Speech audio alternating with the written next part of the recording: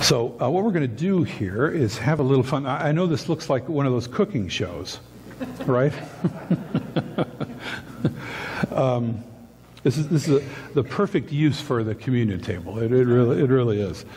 Now, you've probably seen this old chestnut before, but let's just review before the summer turns to 5 inches of snow, which, is coming very soon. So this jar is a life. Let's say it's my life. I'm just born, so it's empty.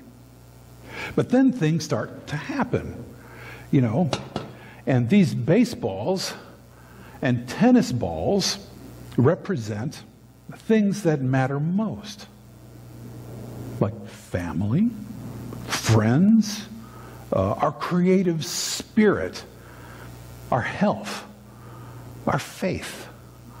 What else? Anything. Just shout it out. The most important thing.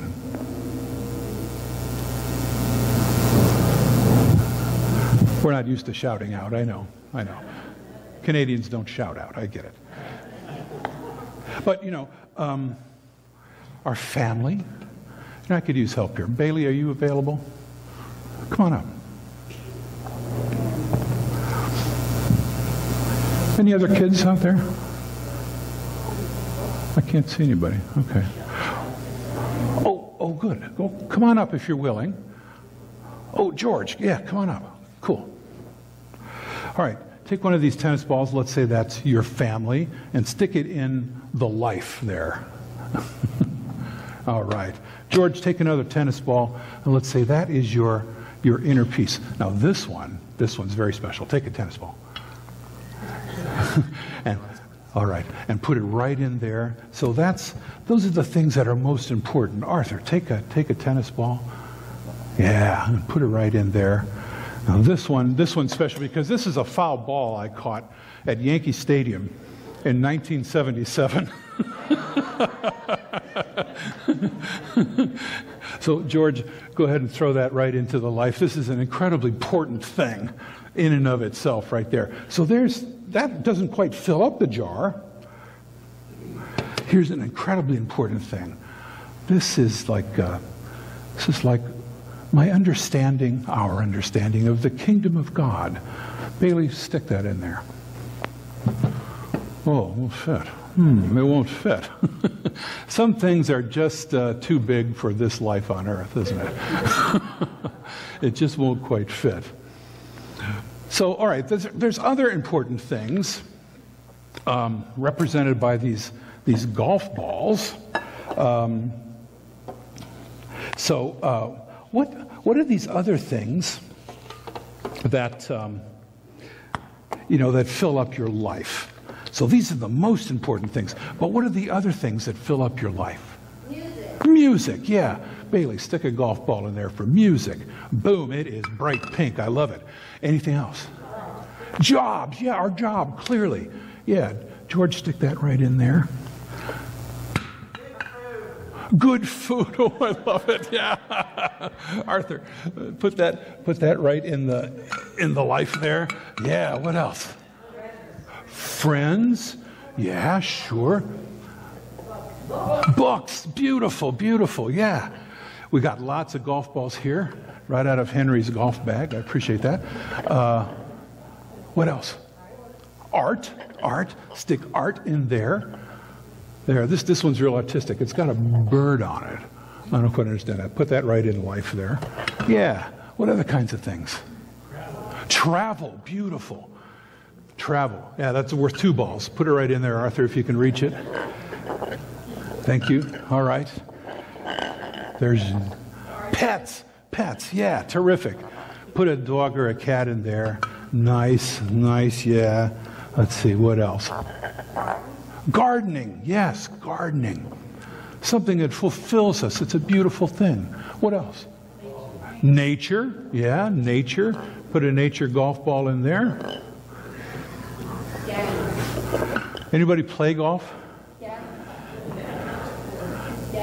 Dance? Golf is kind of a dance.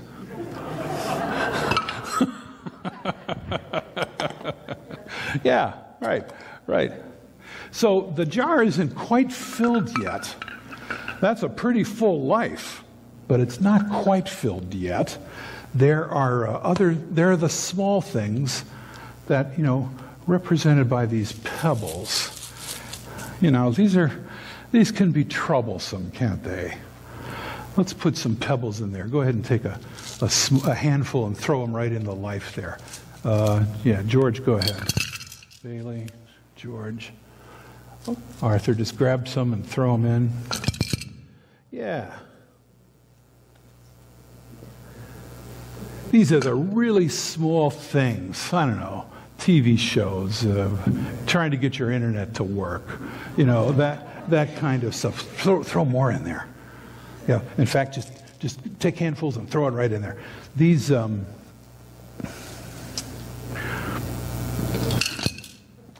certain kind of sports, which ultimately disappoints almost every time.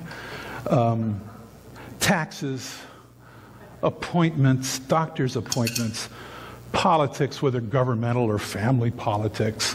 Yeah, just dump it right in there. Yeah. And then, sometimes there's trips to the doctors where the news isn't so good. And yeah, there's those kind of things too. But yeah, these, they kind of fill up our life too. Something wipes out our kitchen. Some of us know about that. Something, we're renovating our house and it doesn't get done nearly in time. And so that fills up our life too. So it's not quite filled, is it? It's about more than half. There's even more stuff. There are the petty grievances that we hold, like this gravel here, Go ahead and dump that right in there, Bailey. Yeah, dump it right in. Kidney stones. Which look very much like that if you know what I mean. Beautiful, thank you.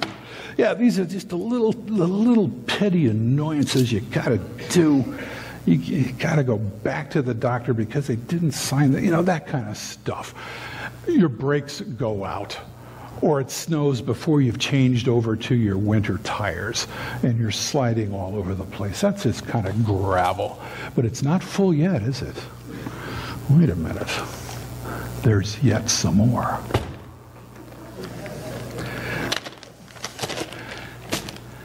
This is sand, and this sand is the really small stuff. These are the petty grievances and prejudices that claw away at our inner peace, the anxieties about things that may or may not even be problems. These are the things that we imagine might be a problem. These are the things that bother us, even though maybe they shouldn't. This is the small stuff, even though the book says don't sweat the small stuff. Okay, I'm going to put... let's see, it's pretty heavy. Let me put this on the ground, and if you three would pour the sand right in there. Go ahead. Doesn't matter what kind of mess you make because I'll be cleaning up later. Yeah.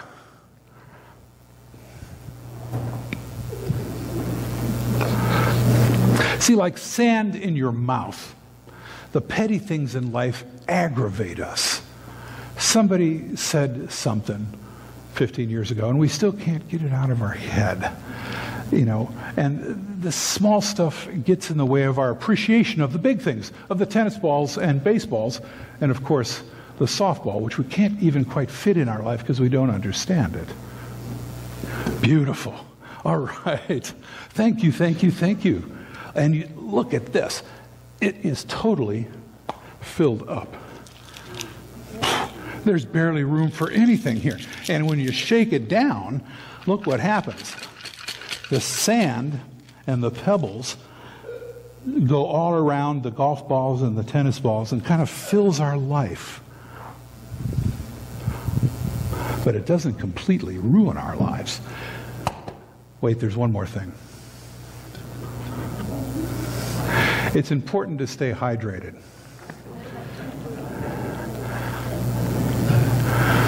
So always drink water. Okay. Thanks, you guys. Well, here's the thing. In fact, kids, why don't you stay here for one more thing, because I'm going to need you one more time. If we put the pebbles or the sand in first, here's another life, slightly different shaped. If we put the sand in first, okay, go ahead and dump that in.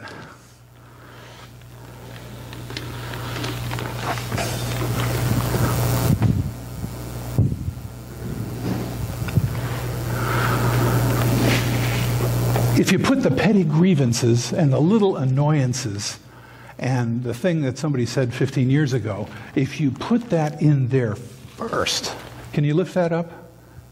Can you? Oh, good, thank you. Beautiful. If you put that in there first, what's there no room for? Yeah, you can't put the golf balls or the baseballs or the tennis balls in there. Your whole life is filled up with petty grievances. Whereas in this life, you can dig through the petty grievances pretty quick and pull out a golf ball. Well, that was the idea anyway. Thank you, kids.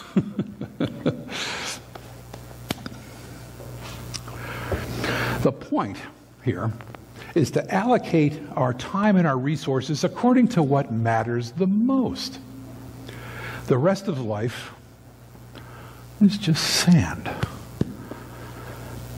And the sand is going to be there no matter what. We're human beings, and sand is there all the time. So are the pebbles, so are the big rocks. It just happens.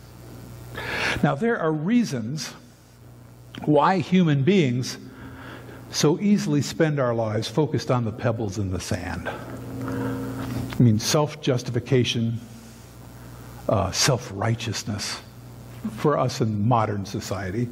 But in leaner times, it's scarcity and fear. Fear of loss of what we have.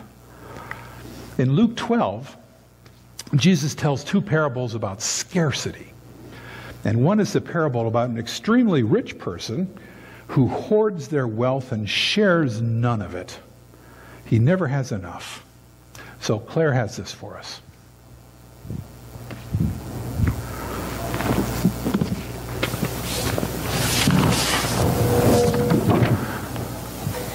Jesus said to them, "Take care.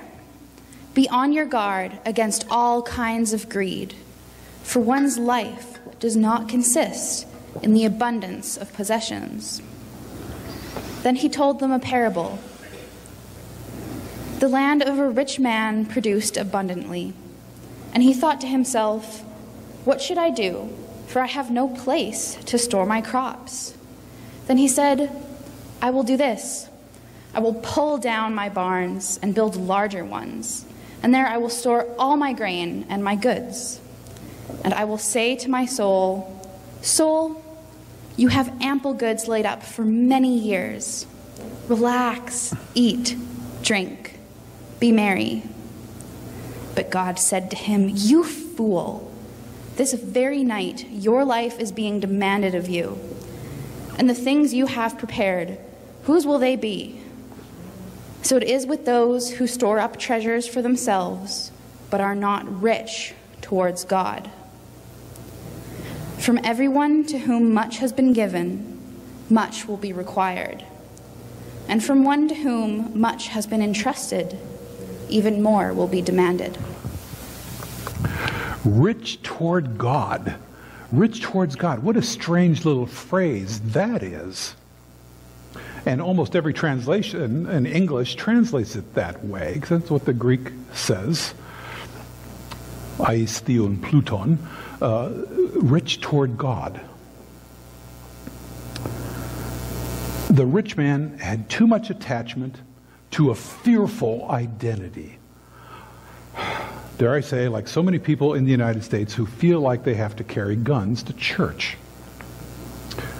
Just passed a bill in Texas saying that that's not only allowed but encouraged in the great state of Texas.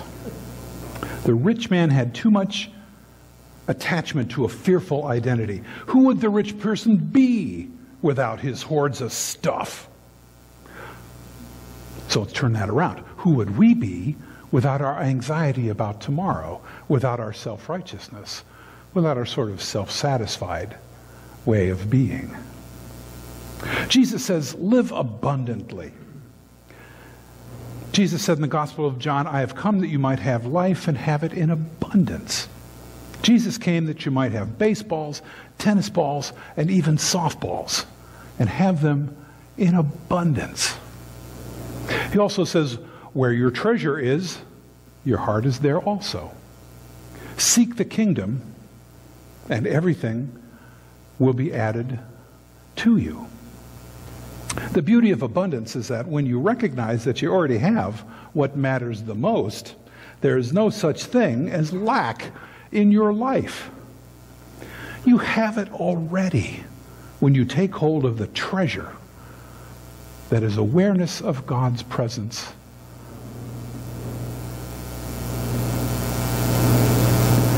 and an ability to see your life's purpose, self-reflection. What have I been doing? Who am I now? So all these questions form kind of a trinity. We talked about the Trinity earlier in August, so here's a trinity we're thinking through.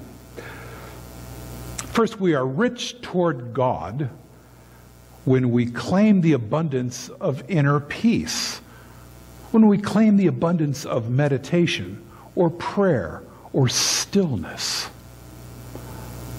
or aware of the love that's within us. So that's God within. Number two, we are rich toward God when we share our abundance, which is done all sorts of ways in our society. When we share what we have, whether it's stuff, money, things, or parts of ourselves, sharing ourselves. That's the God between. And third person of the Trinity, we are rich toward God when we live in the abundant flow of life. Life is happening whether we push it or not, whether we make it happen or not. And that's hard for us sometimes. We want to control things. And the older you get, the less control you even want. But there were times in our lives where we wanted to control things, but there's a flow of life.